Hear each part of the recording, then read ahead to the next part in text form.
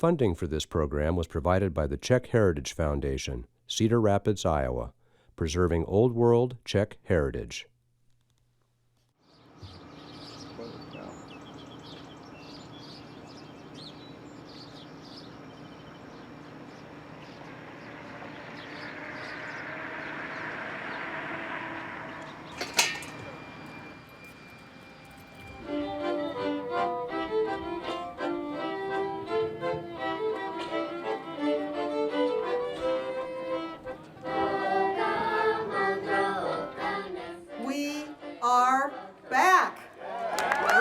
Opening day at the National Czech and Slovak Museum and Library, July 14, 2012. Slightly more than 4 years after a historic flood left the museum under a thick blanket of mud, silt, and complete destruction. This is an inspiring story about a people and a culture who have persevered, a community proud of its heritage, a city with strong roots in the Czech and Slovak traditions, and a museum that was literally lifted out of disaster into a stronger existence and presence within Cedar Rapids. Why did this National Museum land in Iowa? Why not New York or Washington, D.C.?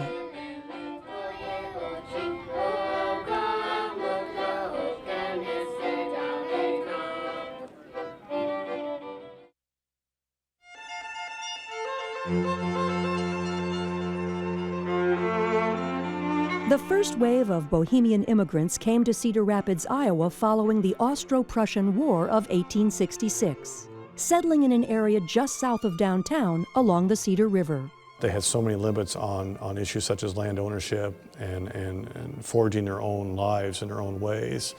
They felt they really had nothing to lose by going to America. The first Czech and Slovak social hall was built in 1869, and the Cedar Rapids Czech School was established in 1870, continuing through today as the oldest continuously operated ethnic school in the country. The expansion of the Sinclair meatpacking plant at the south end of 3rd Street Southeast in 1872 provided jobs for many immigrants, focusing the next area of Czech settlement into the early 20th century and creating a little Bohemia district. During this period, many Czech landmarks were built, including the 3rd Ward Public School, an iron bridge across the Cedar River at 14th Avenue East, St. Wenceslas Catholic Church and School, new CSPS Hall, Sokol Gymnasium, commercial buildings, and blocks. The development of large warehouses in the Little Bohemia area and the opening of the Douglas Starch Works, now Penford Products, on the west bank of the river shifted the next phase of settlement and commercial development to 16th Avenue Southwest. Around 1906, the Industrial Club of 16th Avenue West was established to support the developing Czech retail and service district there, later known as the 16th Avenue Commercial Club. This area thrived and served as a major Cedar Rapids shopping district into the 1960s.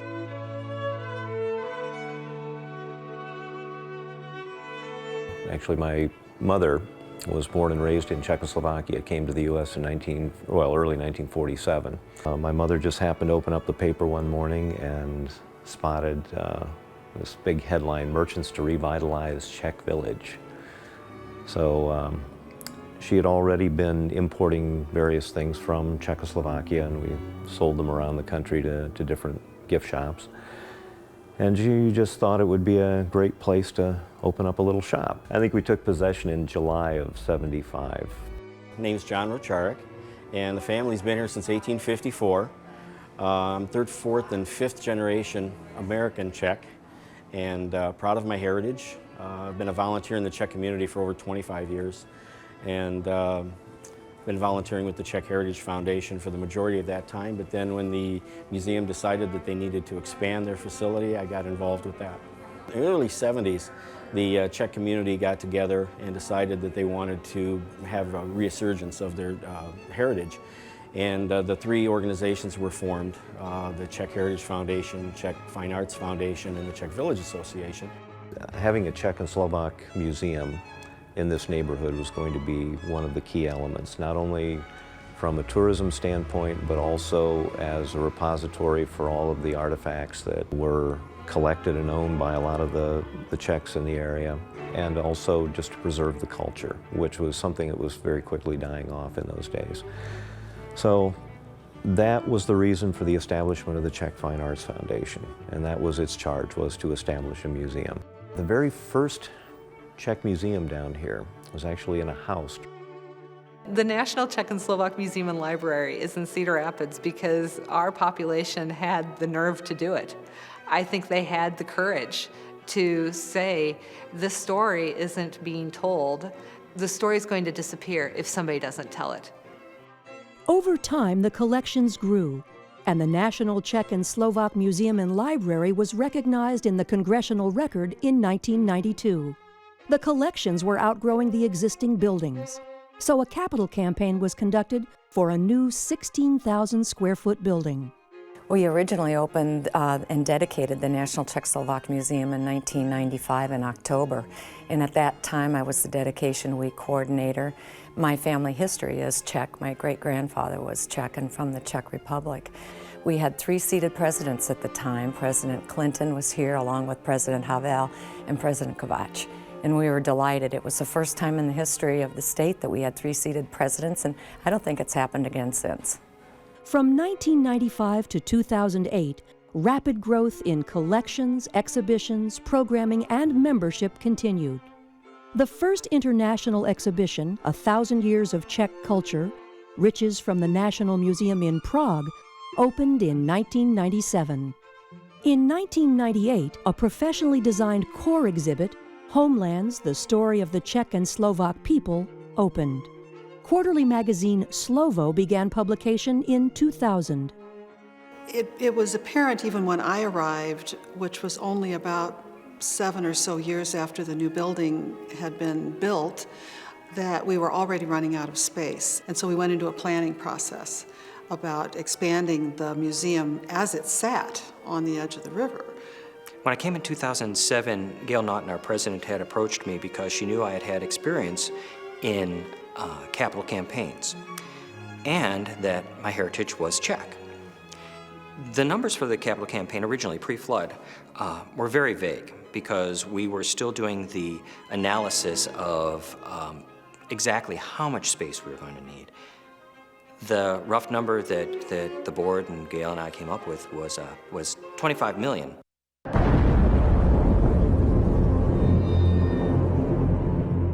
The heavy snowfall that Iowa and the upper Midwest received during the winter of 2007-2008, coupled with very heavy spring and summer rains, led to widespread flooding across the state.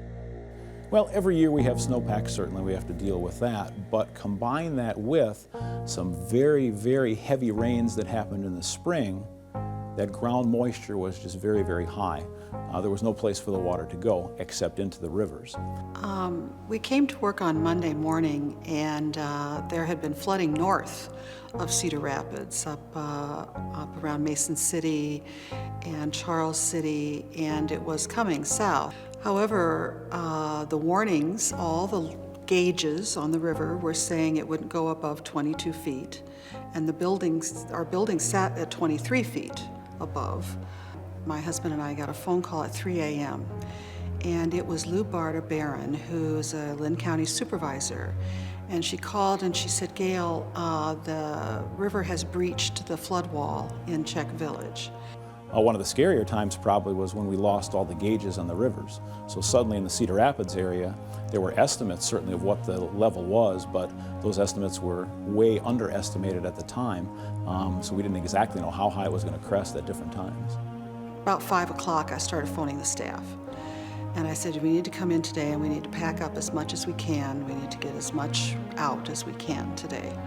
Even though we still at that point had not ever gotten a warning. And the whole city was still under the impression that we would not get water to the height of what our building sat high compared to a lot of places around us. Went immediately to our disaster plan and started to work the plan, which meant call on our friends to get some semi-tractor trailers out. We called upon local citizens, a high school, to come and help us sandbag, and we started our evacuation procedures. We worked furiously to save the artifact collection and the library collection to the best of our ability.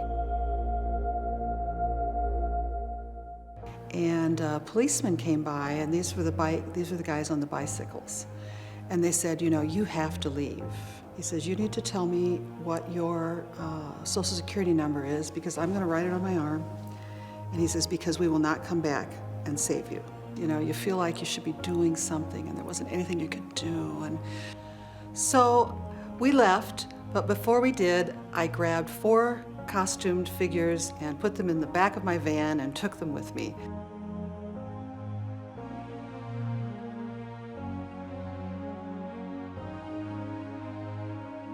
That Thursday, it rained 5 inches in Cedar Rapids that day. It was like the end of the world. Someone had gotten out with an early shots of the river with from a plane. And they're kind of flying from the north end of town down to the south end of town, and they go by and they said, oh yeah, and there's the museum. And there it was, and there was water, you know, maybe halfway up the side. That was the day I cried. When we finally finished, the crest ultimately got to 31 feet, or a little bit over 31 feet, which was just higher than anyone had ever forecast or even imagined could happen, well above records. 480 blocks of Cedar Rapids, Iowa was underwater. Nearly 10 square miles.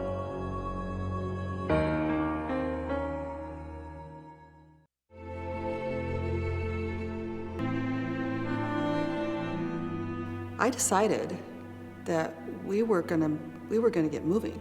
The staff was gonna get moving. We had things to do. We had artifacts to save. We had, we needed to get back inside that building. We needed to see what was damaged, what wasn't damaged. So we started having meetings at my house. On Friday afternoon, we met at my dining room table. So as we were sitting around Gail's dining room table, she shared with us the message that she had received from the Czech ambassador, who had heard that we were flooded and called her immediately at home to tell her that no matter what, the Czech government was going to support the NCSML. Tuesday, they allowed us to walk into Czech Village and then on over, and we could walk into the museum. And walking into Czech Village was like a bomb had hit.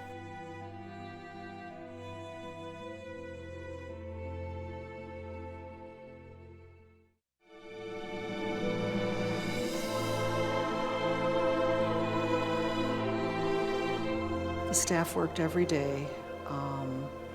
People brought us meals. It was wonderful. People were wonderful. We had calls and help from various other museums who sent their curators or people over to help us. We didn't have a piece of paper. We didn't have a pencil. And we had to start, from scratch. No admissions, no museum store, and no facility rentals. Wiped out. We received a lot of inquiries while the flood was still rising about what people could do to help.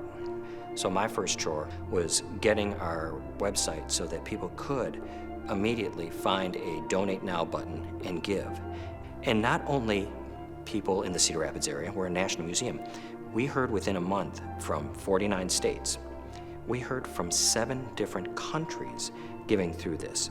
Within days, we had representatives of the Czech government here to tour, and in September, so this was really in a very short time, the Prime Minister of the Czech Republic and the Parliament passed an allocation, a special gift to the city of Cedar Rapids for flood recovery.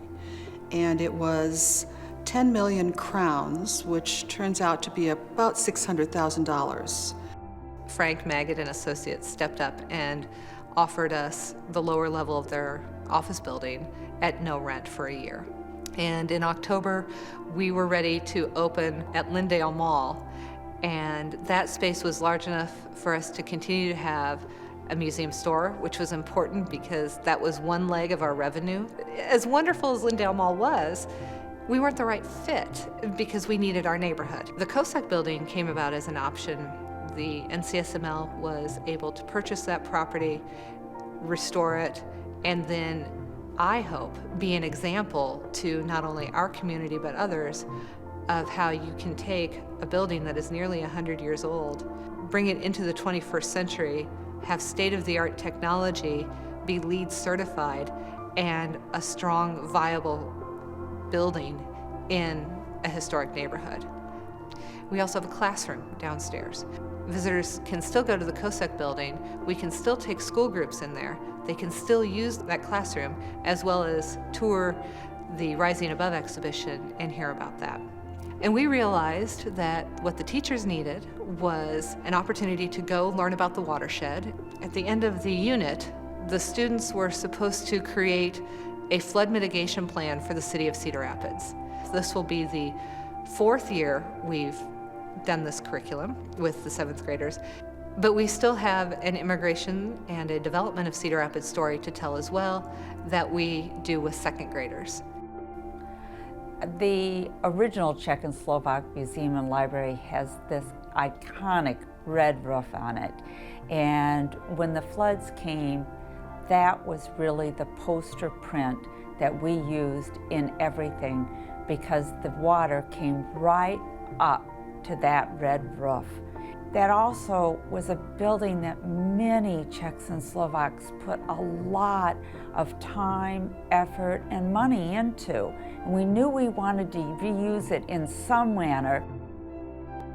And we studied the different possible uses for the building. We looked at whether or not we could convert it to a pavilion, whether or not we left it here and just made it into an event center.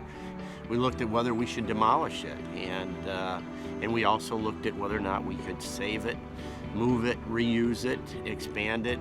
It was a tough decision. It really wasn't easy, but we found a moving company that we felt could do the job, and so we looked at the economics of that move, and it really made sense economically, but it also made sense emotionally, because there were a lot of people that were emotionally attached to this building and wanted to save it. So our plans were to move this building in late April, and we had one of the wettest Aprils on record, and it was so wet we could not move the building at that time. And when we finally lifted the building, we discovered that one end of the building weighed 56 more tons than the other end of the building. And so we had to do significant additional bracing inside that building to make sure it stayed together with that uneven weight distribution. We are moving a museum.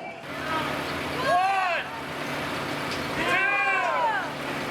3. And then it continued to rain, and so we added rock to the soil, and we brought in some 3/4-inch steel plates, and we leapfrogged the steel plates from behind the building to pull it along when they were on mobile dollies, and we moved it in front. And even at one point, the steel plates were sinking, and so we ended up having to have a wrecker come in and an excavator and pull from each end of the building and try and pull it along rather than allow it to move on its mobile dollies on firm ground like it was supposed to. But we finally got it over there and finally raised it up and finally moved it on to the new foundation. We were expecting to be done with the move project in June of 2011, and we ended up finalizing it in October. And yet, Rendernecht, our general contractors, did everything they could, and all the subs danced around each other to keep us on schedule to allow us to open in July. I would say out of the 10,000 items, maybe 10 to 15% were damaged by the flood, and the majority of those were able to be saved. The textiles were taken to the Chicago Conservation Center, and they were washed and treated, and we have those back now. And some of the glassware was just fine, it was just dirty, so we were able to wash that. The original price tag before the flood was $25 million, and afterwards, almost to the penny, was $25 million. So, the need didn't change, we still need to expand. The price tag didn't change. What really changed was the timeline. As I said before, This is a 6 to 8 year process. We got it done in 19 months.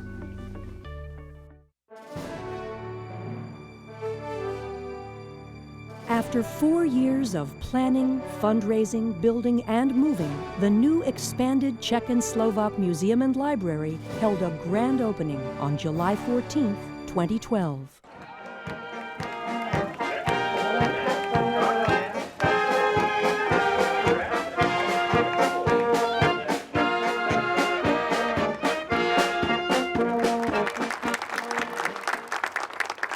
We are back.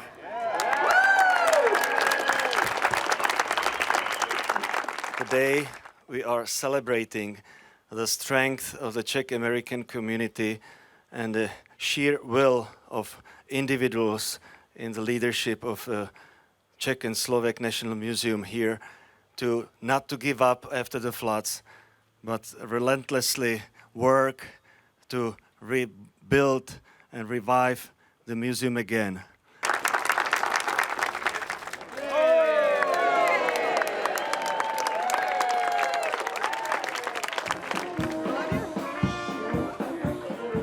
We're in the Grand Hall. It's the gateway to the new part of the museum, which houses the galleries and the library. In our new space, which was added on to the old building, we tripled the size of the original museum, and the new wing houses the galleries. So now we have 3 exhibit galleries. The smallest is the Smith Gallery, which is behind me. That's about 800 square feet, and it's a perfect place for traveling and temporary exhibits. The other temporary gallery is called the Petrick Gallery. It's a little bigger. It's 1750 square feet, and it has our textile exhibit right now. Everything in that exhibit was damaged in the flood and then restored at the Chicago Conservation Center. And that's been a really nice exhibit space so we can show people how we've recovered from the flood, not just this building, but our artifacts have recovered as well. In the center is the entrance to the largest exhibit gallery, and that's the Jeruska Gallery. That will someday hold our permanent exhibit, which will tell the story of the Czech and Slovak people. That will open next year. Right now we have a temporary exhibit on Alphonse Mucha. It's called Inspirations of Art Nouveau. And this has been a blockbuster exhibit for us, and it's a perfect exhibit to celebrate our opening again to the public. Previous facility that we had in the old building that was flooded was 900 square feet. We have 5,400 square feet of capacity now, about 6 times the amount of space that we had before. So that allows us to bring all the materials that we've had stored off-site, not just from the time of the flood, but before the flood, into one facility. So we are able to bring these materials in and make them available to our staff, the public, and our members. Well, we were able to come back at the National Czech and Slovak Museum and Library bigger and better, but even more importantly, all of Cedar Rapids, I believe, came back even stronger and better. We have a new federal courthouse that's going to open this fall. We have a new convention center being built. We had a lot of county buildings and city buildings that were both affected by the flood in this downtown area. So we took the opportunity to come back better than what we were before. We have a year-round city market that's going to happen in our New Bow area. That's adjacent to our Czech Village, and that's going to be a very important part of an entertainment district and arts district here in Cedar Rapids. It's already spurred development of new restaurants, shops, coffee shop. All sorts of things are really happening there. What it means is more tourists into our area, and so bringing people back into our community and having them stop and visit our community, again, it's one of the silver linings from this disaster is this regrowth and this redevelopment of our community, and it's wonderful. We think we've built a museum that's a catalyst for this neighborhood, that's helped build this arts and entertainment district, that's going to deliver programs to people not only in Cedar Rapids, in Iowa, but all over the world. The National Czech and Slovak Museum and Library now has the capacity to serve even more people with a stronger national and international presence. We think we are the story of immigrants. We're the story of freedom. We certainly tell it through the Czech and Slovak lens.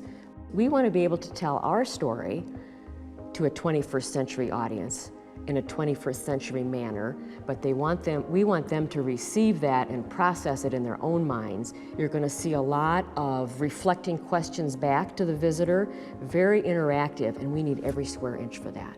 The flood brought us the opportunity to get in front of a lot of people nationally. Our national constituency is now aware of us. They realize that we are truly a national museum, and we're starting to create these relationships so that we are going to be able to take our touring exhibits on the road with greater frequency, to take presentations and colloquia on the road. As for membership, I think that our audience will continue to grow. We have a new mission. We have a new vision. We have plans for the future that I think we wouldn't have been able to make had it not pushed us and driven us to pull out the very best, things you didn't even know you had inside of you. The museum can show this kind of really bright picture of Slovaks and Czechs living in the United States, and this is the best job and mission of the museum. I see us having very strong partnerships with the Czech and Slovak republics. We're looking at our children and grandchildren to build on what we're creating here to tell the story of freedom and democracy, and we anticipate they'll be able to do that.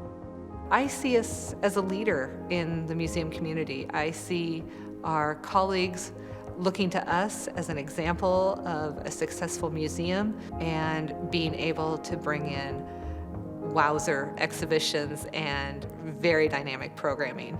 I think we have a great future ahead of us. Funding for this program was provided by the Czech Heritage Foundation, Cedar Rapids, Iowa, preserving Old World Czech heritage.